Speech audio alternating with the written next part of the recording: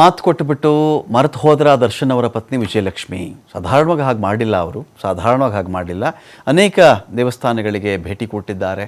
ಕೆಲವರು ಹೇಳ್ತಾ ಇರ್ತಾರೆ, ಯಾವುದೋ ಒಂದು ಕಲ್ಲು ತೋರಿಸಿ ಅದರಲ್ಲಿ ದೇವರಿದೆ ಅಂದರೂ ಕೂಡ ಅವರು ನಮಸ್ಕಾರ ಹಾಕ್ತಾ ಇದ್ರು.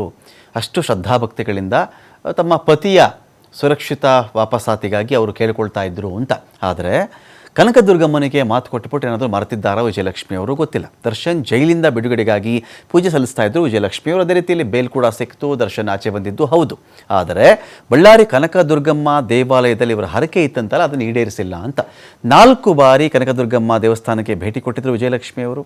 ಹೆಚ್ಚು ಕಡಿಮೆ ಅವರು ಆ ದೇವಸ್ಥಾನಕ್ಕೆ ಬಂದಾಗ ವಿಚಾರ ಏನು ಇತ್ತು ಅಂದರೆ, ಬಳ್ಳಾರಿ ಜೈಲಲ್ಲೇ ದರ್ಶನ್ ಇದ್ದಿದ್ದಲ್ವಾ, ಬಳ್ಳಾರಿಯಲ್ಲೇ ಕನಕದುರ್ಗಮ್ಮ ದೇವಸ್ಥಾನ ಕೂಡ ಇದ್ದದ್ದು, ಅಲ್ಲಿಗೆ ಭೇಟಿ ಕೊಡ್ತಾ ಇದ್ರು. ದುರ್ಗಮ್ಮನ ಪ್ರಾರ್ಥನೆ ಬಳಿಕನೇ ದರ್ಶನ್ಗೆ ಜಾಮೀನು ಮಂಜೂರಾಗಿದ್ದು. ದುರ್ಗಮ್ಮನ ದರ್ಶನ ಅವರು ಮಾಡಿದ ಮೇಲೇ ದರ್ಶನ್ಗೆ ಜಾಮೀನು ಸಿಕ್ಕಿದ್ದು ಅಂತ. 63 ದಿನಗಳ ಕಾಲ ಬಳ್ಳಾರಿ ಜೈಲಲ್ಲಿ ಇದ್ದಿದ್ದು ದರ್ಶನ್. ಆನಂತರ ಬೇಲ್ ಸಿಕ್ಕಿತ್ತು. ಬಳಿಕ ಬಳ್ಳಾರಿ ಜೈಲಿಂದ ಬೆಂಗಳೂರಿನ ಆಸ್ಪತ್ರೆಗೆ ದರ್ಶನ್ ಶಿಫ್ಟ್ ಆದರು.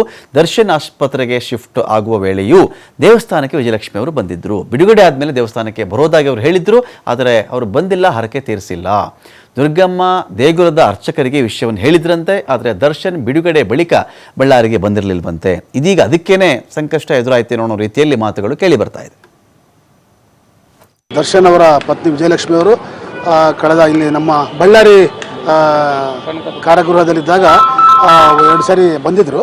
ಒಂದು ಸಾರಿ ಅವರೊಬ್ಬರೇ ಬಂದಿದ್ದರು, ಇನ್ನೊಂದು ಸಾರಿ ಅವರು ಮತ್ತು ಅವ್ರ ಹೆಣ್ಮಕ್ಳು ಬೇರೆಯವರು ಬಂದು ಪೂಜೆ ಮಾಡಿಸ್ಕೊಂಡು ಹಣ್ಣು ಕಾಯುವ ಅರ್ಚನೆನ ಸಾಮಾನ್ಯವಾಗಿ ಮಾಡ್ತಾರೆ. ಇಲ್ಲಿ ಅವರು ಬಂದು ಪೂಜೆ ಮಾಡಿಸ್ಕೊಂಡು ಅವ್ರ ಹೆಸರಲ್ಲೇ ಅರ್ಚನೆ ಮಾಡಿಸ್ಕೊಂಡು ಹೋಗಿದ್ರು ಅವರು. ಸೊ ಮತ್ತೆ ಅವತ್ತು ನಮ್ಮ ಇವರಿಗೆ ಇನ್ನೊಂದು ಸರಿ ನಾನು ಬರ್ತೀನಿ, ಆದಷ್ಟು ಬಂದು ಅರಿಕೆ ಅಂತ ಹೇಳಿದ್ರಂತೆ.